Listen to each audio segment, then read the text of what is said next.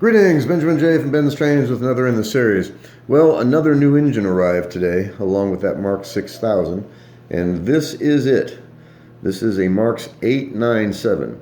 Now, far from perfect condition, as is everything that I buy. I was the only bidder on this, 12 bucks, and said that it ran both directions.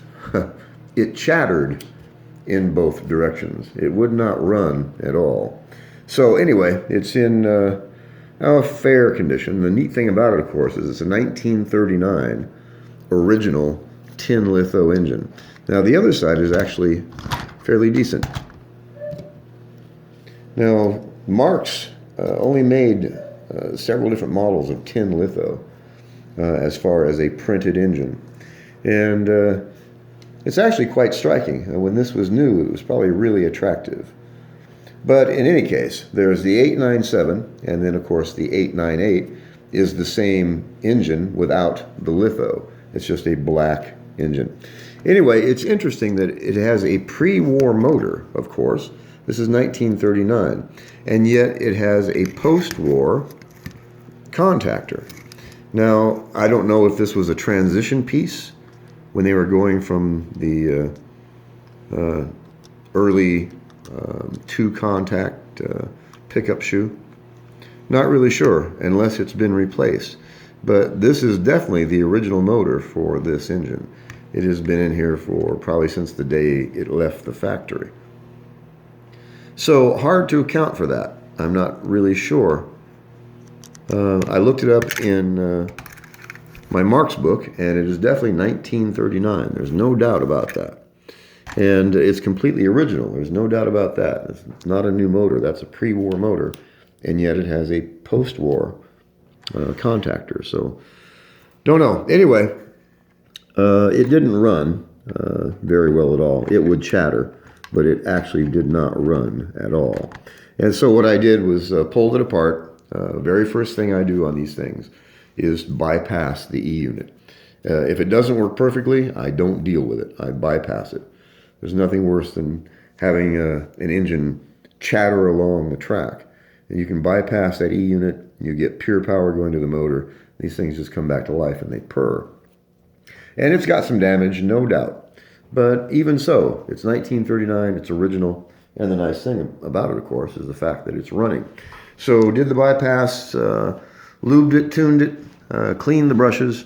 Still not perfect, but it's running. So I ran it on the bench. This is going to be its first trip around the rail, hauling 24 tin litho cars. So this is right at home on this consist. So the 1939 Marx 897, 12 bucks on eBay, and I was the only bidder.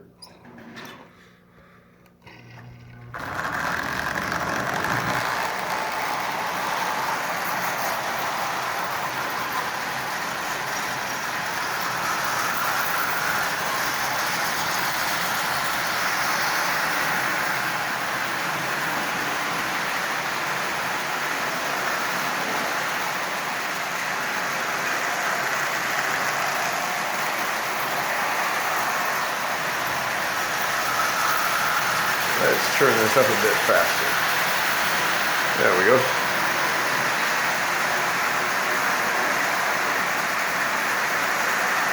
So, an original Marx tin litho train. That's pretty neat. So anyway, as I always stress, don't overlook the jump.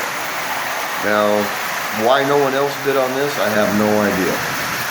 It took less than an hour to get this one running. And yes, it's not perfect. There's no doubt about that. It has seen better days. But of course, it is quite old. And just the fact that it survived at all and that it's sitting here running says something about these Marx motors. They are quite robust. They actually work quite well. And even the ones I buy that have been abused or stored terribly, and they're frozen and hadn't run in decades, and in just a few minutes, in most cases, you can get these things running. Even the ones I buy for parts, very few of them actually wind up as parts. So an original 1939 Marx 897. Just caught my eye, and like I said, the tin litho on this, when this was new, this was probably a really striking engine. This probably looked really, really nice. So I just wanted to do a video on it. It just got here, got it running, and worked on this one and that 6000 today. So had a lot of fun today. 6000 is over there. I'll be running it next, very likely. So I just wanted to do a video. As always, if you have any questions, feel free to drop me an email, BENZTRAINZ@gmail.com. And as always, thank you for watching.